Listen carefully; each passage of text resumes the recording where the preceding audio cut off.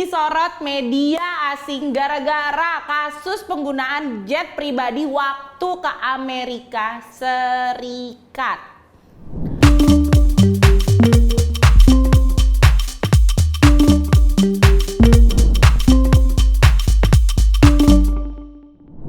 Kalau udah gini, siapa yang bakal malu?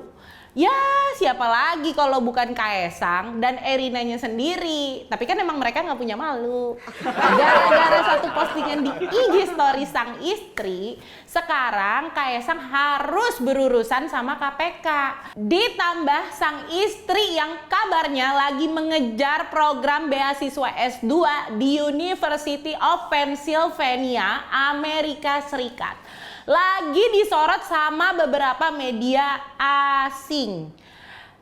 Mbak kan mantan Putri Indonesia perwakilan Jogja. Kok bisa-bisanya malah nambahin isu buruk tentang Indonesia? Aduh, repot deh Mbak kalau urusannya sama pers luar negeri. Bakal jadi jejak digital yang gak terhapuskan loh.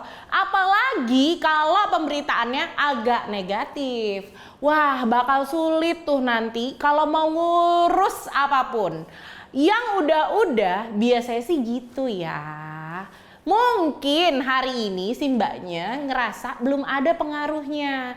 Ya wajar lah ya, wong mertuanya kan masih menjabat jadi presiden. Tapi coba nanti kalau udah nggak menjabat, mau ngapa-ngapain bakal susah dan ribet. Apalagi urusannya sama keimigrasian luar negeri. Berempeng deh mbak. Jadi gini, ceritanya pas Kaesang dan Erina ke Amerika tuh, mereka rencananya mau ngurusin administrasi Erina yang nerima beasiswa sekolah kebijakan sosial dan praktik di Universitas Pennsylvania. Tapi sayangnya si Erina ini entah nggak sengaja atau emang gatel jempolnya buat flexing di Instagram. Alhasil dia bikin story IG yang isinya foto dia di dalam pesawat jet pribadi. Bertepatan sama aksi demo besar-besaran di dalam negeri. Jadilah rame tuh beritanya. Abis itu setibanya mereka di Indonesia, Kaesang dicari-cari satu negara. Soalnya sempat ngilang dari publik dan yang gak disangka-sangka ternyata netizen yang maha benar dan jadi intelijen mendadak. Mereka berhasil nemuin email resmi dan akun medsos dari Universitas Pennsylvania. Setelah itu, netizen ramai-ramai mengirim email ke Universitas Pennsylvania supaya mencabut beasiswa yang diberikan ke Erina. Soalnya publik menilai Erina nggak pantas nerima beasiswa tersebut dengan gaya hidupnya yang sangat hedon dan bermewah-mewahan. Apalagi kalau jurusan yang diambil sama Erina itu berkaitan dengan kebijakan sosial dan praktik. Wah, kalau menurutku sih mendingan Mbak Erina ini belajar dan praktik dulu di Indonesia. Belajar langsung dari sang mertua gimana caranya membuat kebijakan sosial dan prakteknya terhadap rakyat Indonesia. Kan udah banyak contohnya yang menyengsarakan rakyat Indonesia. Gimana Mbak? Tertarik gak belajar langsung dari mertua? Nah, karena kekuatan netizen ini memang gak kaleng-kaleng, alhasil media asing juga ikut menyoroti soal keberadaan Erina Gudono di Indonesia selama ini. Apalagi banyak jejak digital Erina yang terlihat hedon dan bermewah-mewahan bersama sang suami. Termasuk waktu mereka ke Amerika yang nyobain roti seharga 400.000 itu loh. Duh, gimana ya kira-kira perasaan si Mbak pas tahu banyak pihak yang menyerukan supaya kampus tempat dia berharap bisa kuliah S2 malah nyabut beasiswanya. Kalau bisa dibilang nih ya, ibarat senjata makan tuan. Walau gue sih mendoakannya yang terbaik ya buat semua pihak, termasuk buat Simba.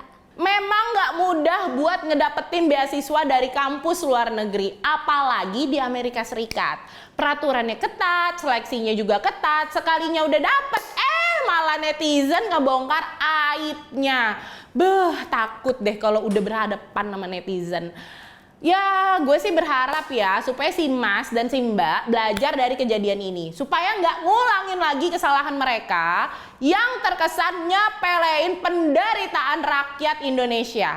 Udah tahu rakyat lagi pontang-panting buat menuntut keadilan, si Mbaknya malah asik posting story IG. Dan kebetulan sang suami si Kaesang nggak mau negur. Ya, akhirnya jadi panjang deh urusannya sekarang. Belum lagi pas Kaesang muncul di publik, tiba-tiba nongol ke kantor KPK dan nemuin Dewan Pengawas KPK. Kirain nih bakal ngejelasin secara jujur dan detail. Ternyata cuma mau bilang kalau Kaesang dan istrinya nebeng jet pribadi temennya. Halah, dipikir netizen sebodoh itu apa ya? Udah capek ngilang, sekalinya nongol cuma ngebahas nebeng. Saran dari gue sih ya buat Kaesang dan Erina, supaya pemberitaan ini nggak terus berlarut-larut, baiknya lu berdua muncul, bikin klarifikasi, sampaikan permohonan maaf yang tulus karena udah nggak empati sama kondisi rakyat, dan berjanji akan tampil sederhana tanpa melukai perasaan rakyat tercinta. Selama kalian berdua nggak mencoba membuka mata, kalian akan terus berurusan sama netizen. Kenapa? Ya karena lu berdua tuh nggak ada usaha sama sekali buat berpihak sama nasib rakyat. Apalagi nih ya, si Kaesang kan anaknya presiden, harusnya lo peka. Ketua umum pula yang katanya partai anak muda, tapi perilaku dan gaya hidupnya nggak menunjukkan simpati sama sekali terhadap rakyat. Terus gimana mau dapetin hati rakyat kalau ketumnya aja banyak gaya? Gimana Mbak? Udah paham belum? Kalau belum paham nanti tanya sama jubirnya Kaesang. Ya udahlah ya, bye.